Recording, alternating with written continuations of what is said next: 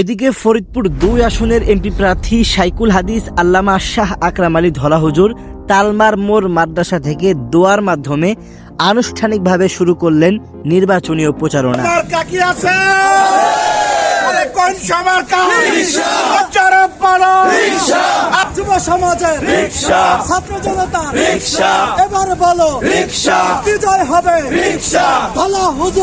এ সময় এলাকা জুড়ে দেখা যায় মানুষের ভালোবাসা ও বিপুল সমর্থন। প্রচারণাকালে তালমার মোড়ের আল্লাহরদান রেস্টুরেন্টের একজন স্টাফ হুজুরের নির্বাচনের জন্য উপহার প্রদান করেন। পরবর্তীতে পুরো তালমার মোড় ঘুরে নির্বাচনী প্রচারণ চালিয়ে সংক্ষিপ্ত বক্তব্য দেন শাইকুল হাদিস আল্লামা শাহ আকরাম আলী। তালমা মোড় থেকে এই কাজের প্রচারণা শুরু করলাম। আমরা সবাই আল্লাহর কাছে দোয়া করব যেন আল্লাহ পাক আমাদেরকে এই কাজে ত্বরান্বিত করেন এবং ঘরে ঘরে আমরা এই দিনের দাওয়াত পৌঁছে দিতে পারি, রিকশার দাওয়াত পৌঁছে দিতে পারি। ইসলামী যে বিধান আছে সেই বিধান অনুযায়ী আমরা চলবো এবং আমাদের জমিনে সেইটা চালু করার জন্য চেষ্টা করব। আল্লাহ পাক আমাদেরকে তৌফিক দান করেন। আজকে গণসংযোগের প্রথম আমরা এই লিফলেট বিতরণ কার্যক্রম উদ্বোধন করলাম।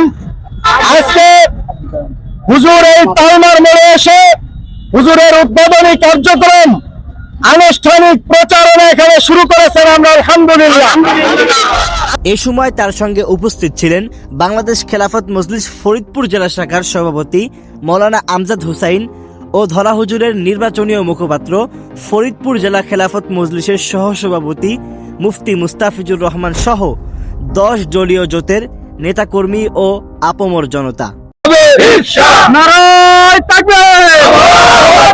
নগরকান্দা সালতায় কোন মার্কা আছে? বিজয়ের মার্কা আছে? কৃষক শ্রমিকের মার্কা আছে? মেহনতি মানুষের মার্কা আছে?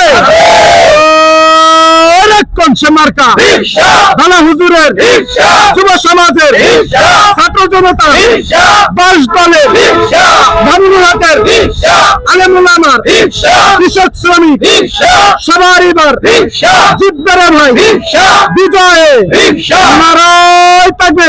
নাফিস Abdullah, one stock BD, Faridpur.